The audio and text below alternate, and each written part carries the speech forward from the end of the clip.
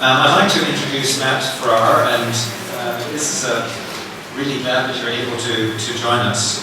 Before accepting his position as Canada Excellence Research Chair in Neurogenetics and Translational Neuroscience at GBC, Matt was a professor of molecular neuroscience and director of the Division of Neurogenetics, the Transgenic Core Facility, and several neurogenesis genetics laboratories in the Mayo Clinic, Jacksonville, in Florida. So it's quite a change. He was also a postdoctoral fellow in medical and community genetics at St. Mark's National Health Service Trust in the UK. Currently, he's principal investigator at CMNT in the New Centre for Applied Neurogenetics. His current research interests are age-related neurodegenerative disorders with a focus on molecular genetics and functional modeling of movement disorders, including Parkinson's disease and Lewy body dementia. So welcome back to here.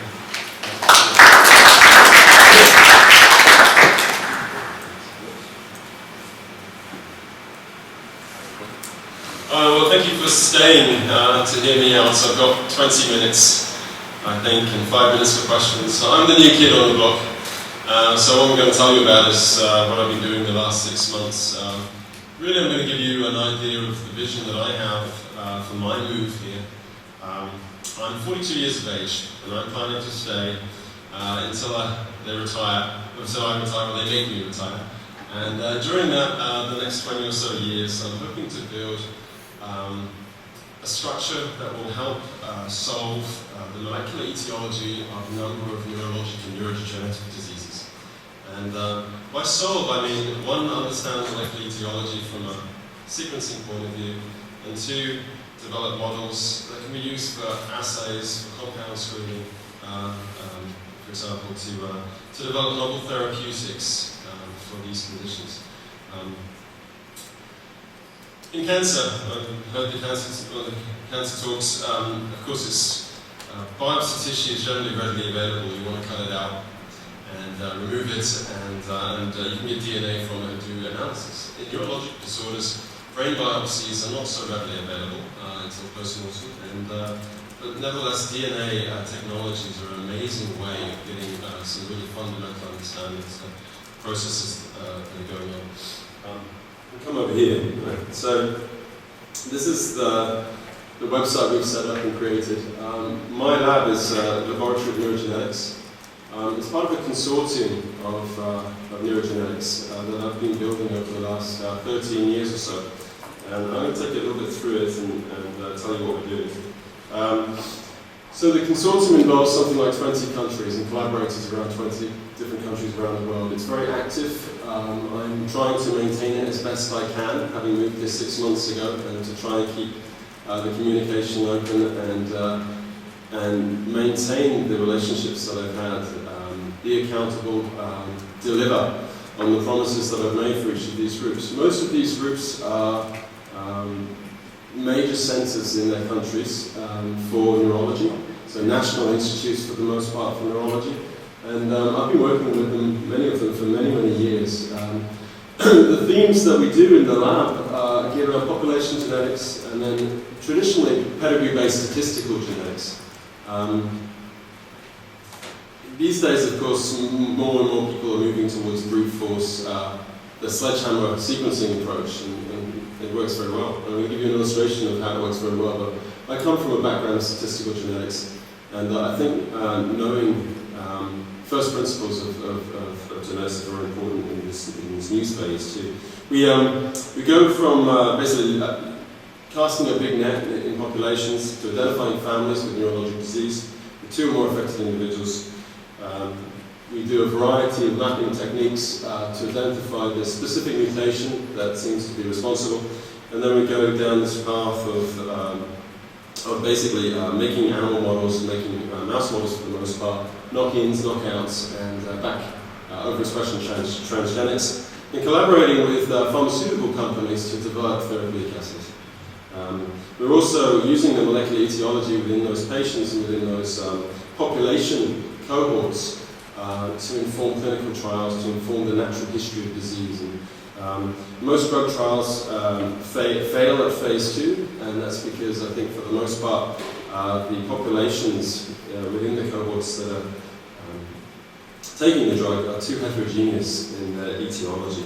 And I think if we can combine molecular genetics and diagnostics with development of novel drugs that are applied to a specific target from that etiology, then we'll have a lot better chance of actually being successful in those phase 2 trials. The team so far, it's 3 parts. This is the neurogenetics team. Like I said, I've only been here 3 months. 3 people came with me. Sad to say. I had 20 people in Florida.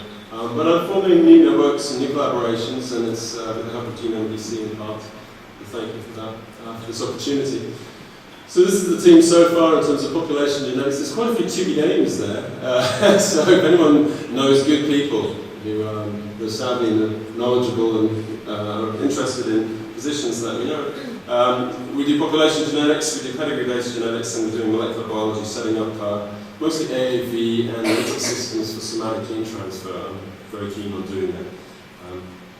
In terms of the informatics team, it's pretty small as well, and I've teamed up with some biostatisticians at UBC, so far on a fee-for-service basis, but I'm hoping to persuade them to become more integral to the team in terms of getting them really interested to help us out and develop methodologies for machine-based learning. In terms of IT, there's a huge need for next-gen storage, analysis, and this is one of the things that we're trying to build within CM2. In terms of the neuroscience team, we're working with the people at UBC, Teresa and Karen, in terms of re-deriving mice at the moment. It's very much a fledgling operation. All of the mice lines from Mayo are moving up here in the next 3 weeks. The cell biology is going on at the Brain Research Center for now, and electrophysiology too, in slices from those animals. I'm going to move on to discovery and give you an illustration of how this works in practice. Through the collaborations with this very large network of institutes and major hospitals around the world, we identified families like this one. This is actually a Swiss pedigree with a relatively early onset Parkinsonism. The ages of onset indicated below, 46, 64, 47 as you can see. Everyone with black symbol was affected. People with an M actually have a mutation, and I'll describe how that mutation was identified. But basically it was through this process. It's something we all know, it's simple to do, but it's, and I think we can do this process rather quickly with the technologies that we have at hand. Initially it was a detailed clinical pathologic analysis of the family members, done mostly in Switzerland. But of course families all over the world, and different branches of families all over the world, and there's potentially branches of this family in other parts of the world which I'll point out in a minute. Detailed clinical pathologic analysis then to build up a family and to identify affected family members who'd be willing to provide DNA samples. We took the DNA and excluded no genes based on Sanger sequencing and multiplex ligation, what is it, I forget, MPLA acids. We used the acronym so many times, but it's basically a dosage assay to look for copy number variations within exons. We can do this very cheaply because we managed to miniaturize the way of doing it. So we actually use 1 in 48 dilutions of big dye. We do all the setup on robots. We do it all in 384 or 1536 kind of format, and so we can do it very cheaply for Sanger. And then the linkage and CNV analysis. In this example, we did some genome-wide SDRs and Affymetrix G50 chips. This is a list of known genes of Parkinson's disease. 10 years ago when I started, well 13 years ago when I started working on Parkinson's disease, there were no genes for Parkinson's disease. Now the list that we have to exclude from affected family members is considerable. In terms of arrays, it's very simple to try and get these types of statistics now, to get the genotype data and to run the numbers. We generally do non-parametric stats. Don't try and force it under any model, don't try and inflate lot scores. But here, for example, there's a number of regions, for instance, in chromosome 7, chromosome 8, and 16, that indicated some evidence of haplotype sharing amongst the affected family members, and hence the positive MPL scores. Not especially high, but you didn't, you don't want to be misled by lies and analyzing statistics.